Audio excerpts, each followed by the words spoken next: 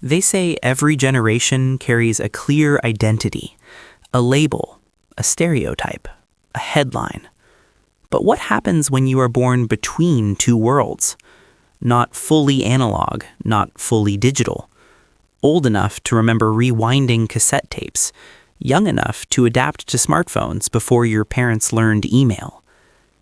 The generation born between the late 70s and early 80s, often called Xennials, grew up in the quiet space between slowness and speed, between patience and immediacy, between handwritten letters and instant messages. And somewhere in that in-between, something subtle formed. A silent tension, a double awareness, a feeling of never being completely at home in either era. What does it do to a nervous system to be raised offline and then expected to live online? What does it do to identity when childhood and adulthood belong to different worlds? This is not just about technology. It is about psychological adaptation, cultural whiplash, emotional duality. Let's begin. There is a particular kind of childhood memory that feels almost mythical now. Calling a friend's house and speaking to their parent first, waiting, memorizing phone numbers, knocking on doors without texting ahead. For those born between the late 70s and early 80s, these memories are not nostalgia fantasies. They are lived reality. And yet, adulthood arrived with passwords, notifications, infinite scroll. You were raised in a world that asked you to look up. You matured in a world that asked you to look down.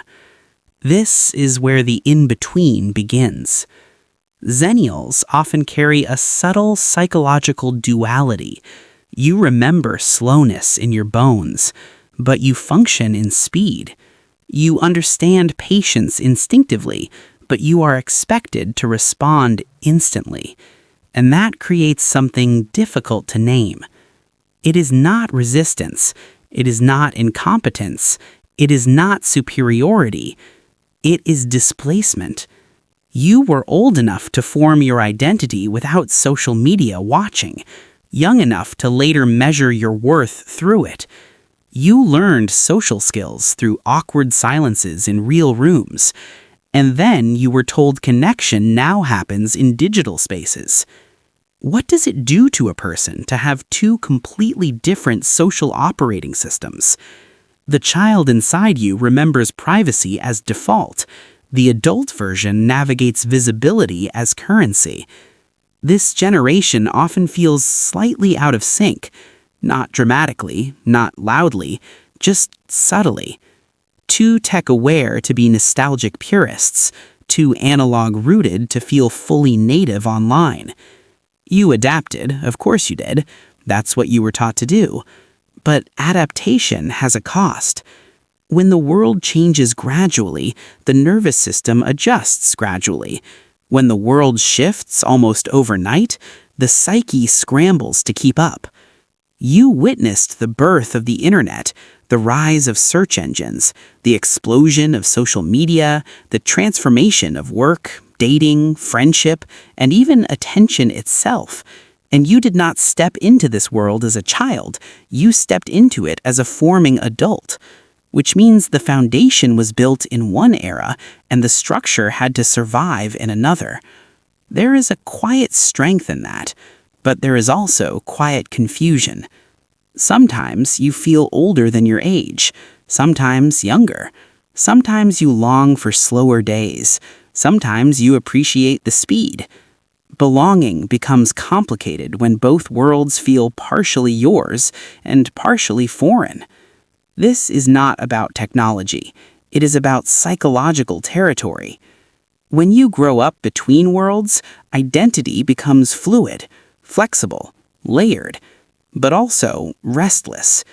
And that restlessness is not a flaw. It is the echo of a generation raised on land, now learning to swim. Before algorithms predicted desire, before notifications interrupted silence, there was boredom. Real boredom. afternoons that stretched like empty fields, summer days that felt endless, waiting for your favorite song to come on the radio, and sometimes missing it. For Xennials, childhood was not optimized, it was not curated, it was not constantly stimulated, and that slowness did something profound to the developing mind. It built inner landscapes. When there was nothing to scroll, imagination filled the gap. When friends were unavailable, solitude became a teacher. When the world paused, the psyche wandered. You learned patience not as a philosophy, but as a necessity. If you wanted to know something, you searched a library.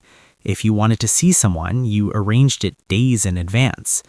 If you were bored, you endured it. And in enduring it, you developed tolerance. Psychologists often speak of delayed gratification as a cornerstone of emotional resilience. The ability to wait, to sit with discomfort, to resist immediate reward. Xennials practiced this daily without realizing it. You waited for photos to be developed. You waited for letters to arrive. You waited for the internet to connect. Waiting was woven into the nervous system. And then something changed. The world sped up, but your early wiring remained slow. This is why many Xennials feel a subtle friction with modern life.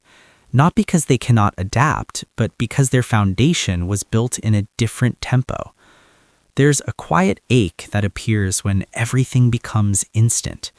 Streaming instead of saving, typing instead of handwriting, texting instead of showing up. The slow childhood created depth, but it also created a different expectation of time. Conversations were not multitasked.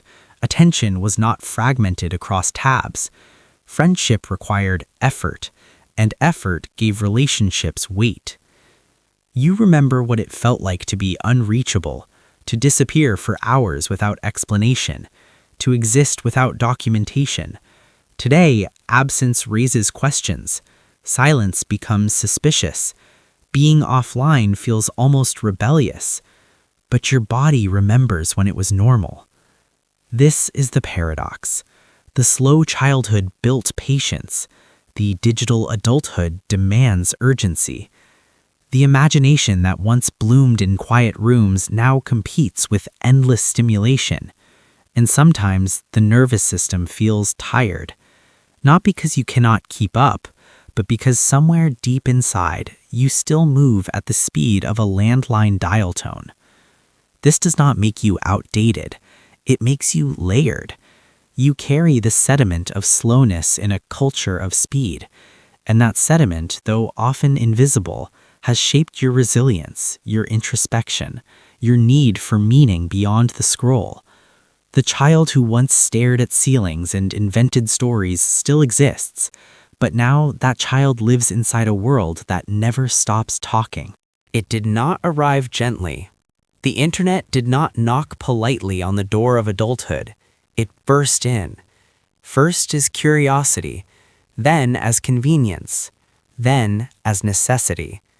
For Xennials, technology was not background noise in childhood. It was an event, a shift, a before and after. You remember dial-up tones, chat rooms with strangers, the first email address, the awkward profile picture, the first time your real life touched the screen. And at first, it felt exciting, expansive, revolutionary. But revolutions are rarely calm for the nervous system. You were forming your adult identity when the ground beneath identity itself began to change. Careers moved online, dating moved online, news accelerated, opinions multiplied, privacy thinned. The rules kept updating, and you kept adopting. Psychologically, rapid environmental change triggers heightened vigilance. The brain scans for new norms, new threats, new expectations. Stability becomes a moving target. For digital natives, the world was always like this. For older generations, the shift happened after identity was established. But for you, it happened during. You were young enough to feel the pressure to master it, old enough to remember a world without it. This creates cognitive stretch. One part of you values long-form conversation. Another part of you replies in fragments. One part believes life happens offline. Another part knows opportunities live online. And beneath this duality lies subtle exhaustion.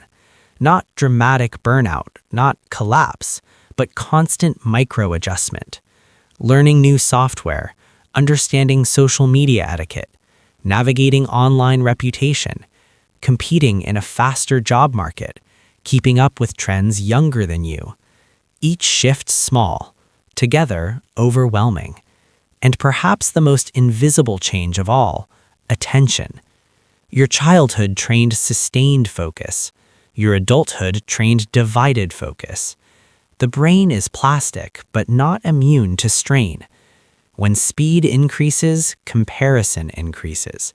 When visibility increases, self-consciousness increases. When information floods, certainty erodes. You witnessed the rise of constant connectivity, and with it, the disappearance of psychological quiet.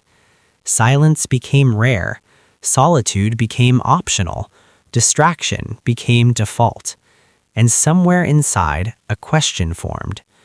Was life always this loud? The digital shockwave did not just upgrade devices, it reshaped time perception, self-perception, social dynamics. And you were not a passive observer. You were mid-formation. This is why Xennials often feel both competent and unsettled in modern life. You can function here.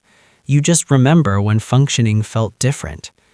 There is no manual for growing up in one century and stabilizing in another. Only adaptation. And adaptation, when constant, leaves a quiet hum beneath the surface. A hum that says, stay alert, stay updated, stay relevant. But sometimes beneath that hum, there is a longing for when relevance was not measured in real time. There is a quiet contradiction that lives inside many Xennials. You value privacy, yet you maintain profiles. You crave depth, yet you communicate in fragments. You distrust oversharing, yet you understand that visibility now equals opportunity. This is not hypocrisy, it is adaptation. Your emotional blueprint was drafted in rooms without cameras, in conversations that were not archived, in mistakes that faded with time instead of resurfacing in memories. But adulthood arrived with timelines, screenshots, permanent records. The heart remembers impermanence, the mind understands permanence, and that creates tension. You might hesitate before posting, rethink a comment, wonder how something will age. Not because you are fragile, but because you remember a time when expression did not feel transactional. For digital natives, identity has always been partially constructed online, curated, edited, filtered. For older generations, identity was mostly fixed before digital exposure. But for you, identity straddled the divide.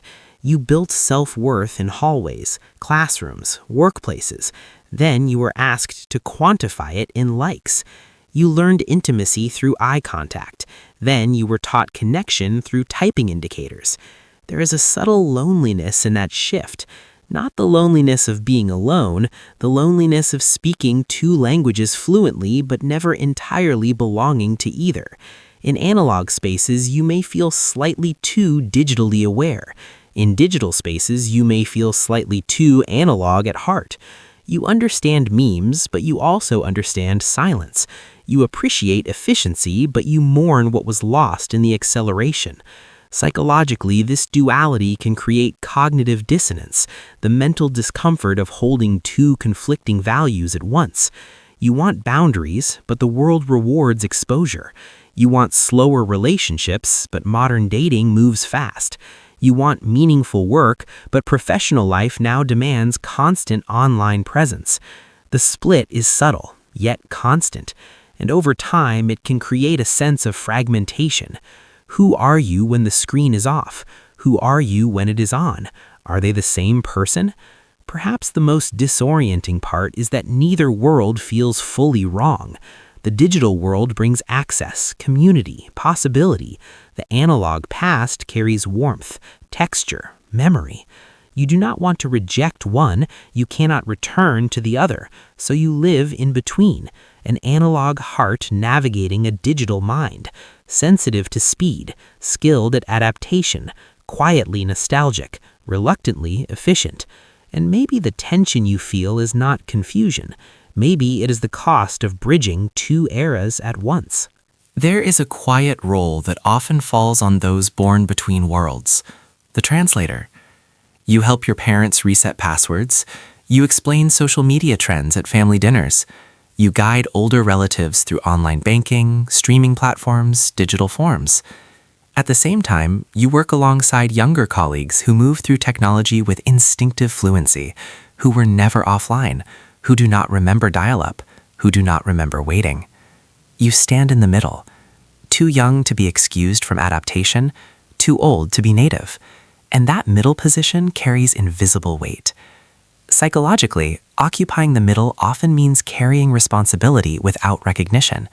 You understand both sides, which means you are expected to bridge them. You become the emotional and technological interpreter. You are patient with older generations because you remember slowness. You are patient with younger ones because you understand acceleration. But who translates for you? This generation often entered adulthood during economic instability, cultural shifts, and technological revolutions. Careers were redefined, industries collapsed and reformed online. Expectations rose quietly but relentlessly. Be flexible, be skilled, be available, be updated. You were taught loyalty in a world that later rewarded mobility. You were taught stability in a world that became fluid. And so many Xennials carry a subtle pressure to keep proving relevance, learning new platforms, updating skills, reinventing professional identity, not because they lack competence, but because the landscape never stops shifting. There is also an emotional burden. You remember life before constant comparison, but you now live inside it. You remember privacy as safety, but you navigate exposure as necessity. You carry nostalgia for simplicity, but you also carry responsibility to function in complexity. This can lead to a particular kind of burnout, quiet, dignified, rarely dramatic, not collapse, just chronic vigilance, staying ahead, staying competent, staying adaptable. And beneath it all, perhaps a whisper. When does it slow down? The responsibility burden is not always visible from the outside. Xennials are often described as independent, capable, self-sufficient. But independence learned in one era, combined with acceleration in another, can create isolation. You do not complain easily. You adapt quietly. You hold both memory and momentum at once. And sometimes carrying both feels heavier than it looks. There is a common myth about those who live between eras, that they are confused, outdated, caught in transition. But what if the in-between is not weakness? What if it is range?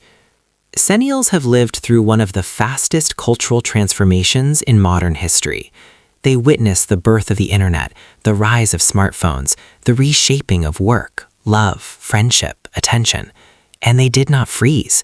They adapted. Psychologically, adaptation is not passive. It requires flexibility of thought, emotional regulation, the ability to let go of one reality and accept another, without fully collapsing into either. You learned how to hold contrast. You can appreciate the intimacy of handwritten letters and the efficiency of emails. You can value face-to-face conversations and still navigate virtual meetings. You can miss the past without rejecting the present. This dual awareness creates something subtle, perspective. When you have seen life before algorithms curated it, you are less likely to confuse visibility with worth. When you have experienced boredom without panic, you know that silence is survivable. When you remember being unreachable, you understand that constant availability is not the same as connection. This does not make you superior. It makes you grounded. Your nervous system was trained in slowness. Your mind was trained in speed. Together, they form a kind of psychological elasticity. You know how to wait. You know how to move. You know what it feels like to grow up without constant comparison. You also know how to filter it. Living between worlds builds cognitive empathy. You understand why older generations struggle with rapid change. You also understand why younger ones see it as normal. You can hold both truths without dismissing either, and that is rare. There is strength in remembering what was lost and still choosing to participate in what exists. There is maturity in acknowledging nostalgia without romanticizing it. Perhaps the in-between is not a fracture. Perhaps it is a bridge. Bridges are not always comfortable places to stand. They sway, they stretch, they connect lands that were never meant to touch. But they also create passage. Your identity may feel layered, even restless at times. But layered identities are not unstable. They are textured. The middle is not empty space. It is integration in progress. And integration is resilience. There is a quiet pressure in modern culture to belong clearly, to fit a category, to adopt a label, to say this is who you are. Boomer, Gen X, Millennial, Digital Native. Clean lines, clear edges, simple explanations. But those born between analog and digital rarely feel contained by neat borders. You are told you are technically one thing, but emotionally you feel like something else. Too young for one nostalgia, too old for another. And perhaps the deepest tension is this. You have been adapting for so long that you are not always sure where adaptation ends and identity begins. When life requires constant adjustment, the self can begin to feel fluid. But fluidity is not the same as instability. Water does not lose itself because it changes shape. It remains water. Xennials often carry a layered sense of self, one part rooted in tactile memory, landlines, mixtapes, handwritten notes. Another part fluent in digital rhythm, group chats, remote work, curated feeds. You are not split. You are expanded. Belonging does not always mean finding a single home. Sometimes it means realizing you are capable of standing in more than one place without disappearing. And maybe that has been the quiet lesson all along. You learn to live with contrast, to move with change, to accept that certainty is temporary. You witness transformation, not from the outside, but from within it. And that experience shaped something profound: perspective. You know that trends fade, that platforms evolve, that what feels permanent rarely is. You carry memory of a slower world, not as escape, but as reference.